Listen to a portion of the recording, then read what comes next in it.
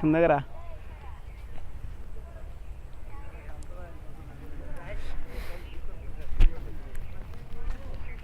কি ভাই? আসসালামু আলাইকুম ভাই। ওয়ালাইকুম আসসালাম। ভাই সেই টাকাটা এখনো দিলেন না? হ্যাঁ ভাই, আপনি তো আমার কাছে কিছু টাকা পাইতেন ভাই। আমি তো ভাই দেওয়ার চেষ্টা করতেছি ভাই।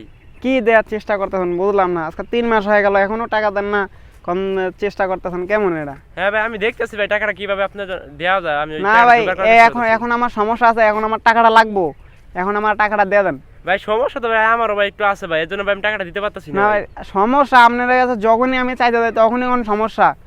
হ্যাঁ ভাই, আমি দেওয়া দিতে চেষ্টা করবো ভাই। না না এর কেমন চেষ্টা করতেছেন যে টাকা এখনো দিতে পারতেছেন না? ভাই আসলে ভাই আমার ভাই ফ্যামিলিতে ভাই একটু আর্থিক সমস্যা আছে। না আমি তো বুঝলাম, আমারও এখন সমস্যা আছে ভাই, আমি কিছু বুঝি না ভাই।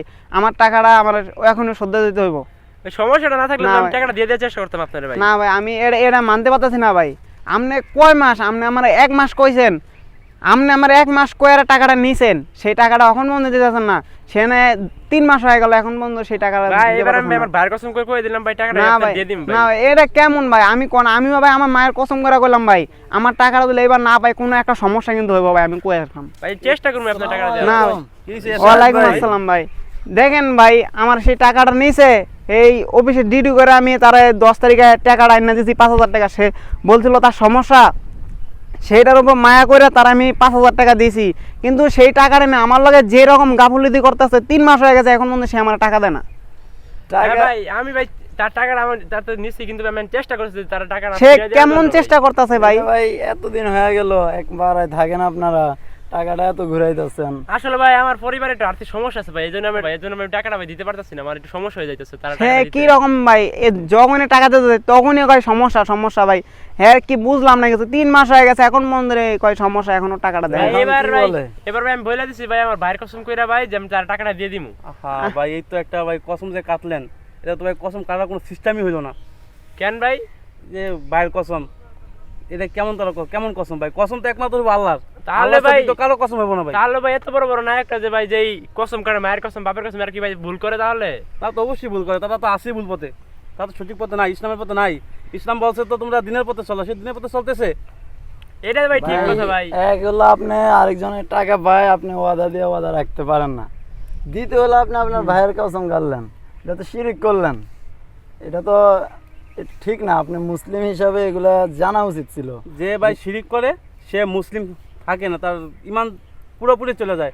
আবার আল্লাহর কাছে তওবা কইরা তার ইমান আনা লাগে। আপনি যে নায়কের কথা বলতেছেন তাদের কিন্তু ইমান আছে কিনা এটা আমি জানি, একমাত্র আল্লাহ পাক ভালো জানে।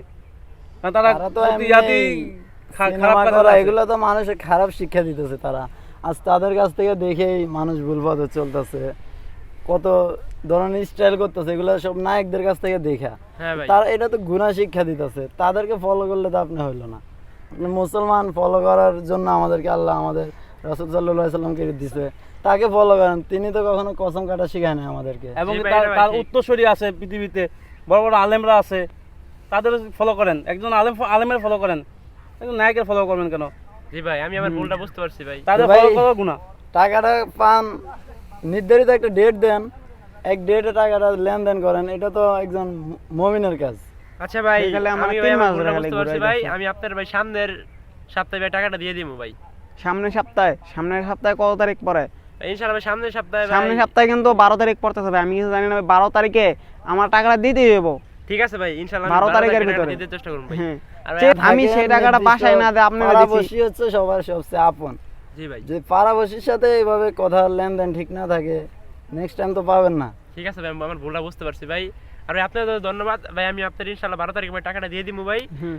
আচ্ছা ভাই আর এরকম কাজ করবেন না, কোনো ভাইয়ের, মার, বাবার, মৃত বাবার এরকম কারো কসম কাটবেন না। একমাত্র আল্লাহর কসম কাটবেন, আল্লাহর কসম আমি এটা দিব, এরকম কাটবেন।